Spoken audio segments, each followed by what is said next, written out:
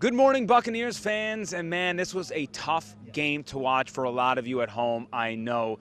Look, we are right now on the 7. The last play of the game should have been from the 2, but because of a delay of game penalty, that is ultimately why the Buccaneers fell short 14-12. But it would be unfair to say that one play dictated this game because the Buccaneers had 6 penalties, all of them fairly costly.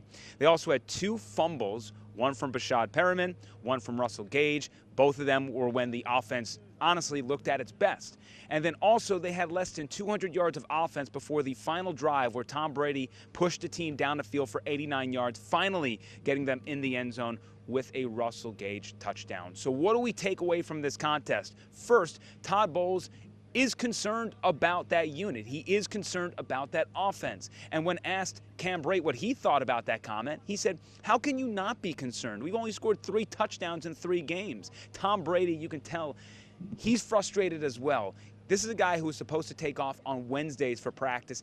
He suited up all week to try to fix things, and you know what? Game day hit, and there were a litany of issues that are still plaguing this team. Of course, Julio Jones is not there. Mike Evans will return next week after that suspension. Chris Godwin, we don't know about. Donovan Smith at left tackle, he wasn't in the contest, and we saw Brandon Walton have a couple of tough plays out there, which ultimately hurt some drives. So there are some positives moving forward, and this team will get better, but how quickly they get better will be determined because they need to move quickly with the Kansas City Chiefs coming to town for a rematch of Super Bowl 55 inside this building. Want to mention 69,000 strong here inside Raymond James Stadium, the largest ever for a Buccaneers game, and they watched an electric performance from this defense once again.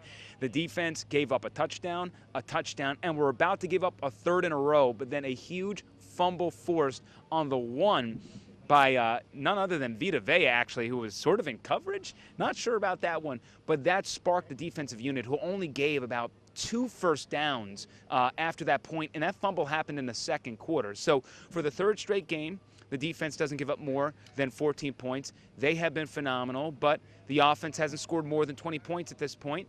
And honestly, the time they did score 20 points, there was a pick 6 in that game. So there's a lot to be fixed here.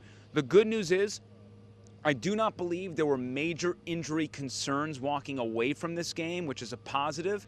We saw Logan Hall, the rookie, get some good play. He had a sack late in this contest, which helped spark that comeback drive for the team.